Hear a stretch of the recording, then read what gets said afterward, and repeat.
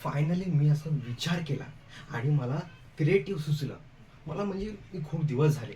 मी इकडे फिरलो, तिकडे फिरलो, नाटकाला गेलो, सिरियल्स बघितल्या, मोठ्या-मोठ्या फिल्म्स बघितल्या, नॅशनल लेव्हलच्या काही पण आणि वेगवेगळे पुस्तकं हाताळले. पण काही सुचेच नाही. मी आणि योगेश खूप विचार करू लागलो, की काय करायचं, काय नाही.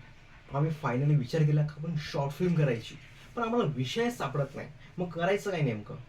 मग काय आम्ही खूप दिवस झाले आणि मी आणि योगेश एकमेकांकडे बघत होतो. काय करायचं, काय करायचं, काय करायचं? तेव्हा मला योगेशकडे बघून काहीतरी क्रिएटिव्ह सुचलं.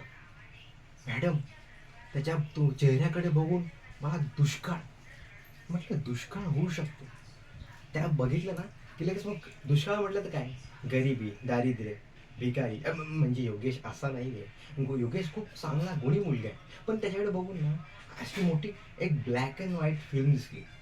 भाई तू काळा आहेस म्हटलं तर ब्लॅक अँड व्हाईट फिल्म दिसणारच ना. अरे तर तुला नाही रे, तुला नाही काय बोलत. म्हणजे असं मला क्रिएटिव्ह सुचलं. मग विचार करता करता मग असं खूप सुचू लागलं आणि लगेच न बोलता मी 15 मिनिटामध्ये 50 पानं लिहिली. हा योगेश, 50 पानं. अरे बाबा, क्रिएटिव्ह माइंड आहे माझं, लगेच सुचणारच ना हे सगळं. आणि हे सुचल्यानंतर मग विचार केला की ही जर शॉर्ट फिल्म नॅशनल लेवलला गेली तर काय मजा येईल ना.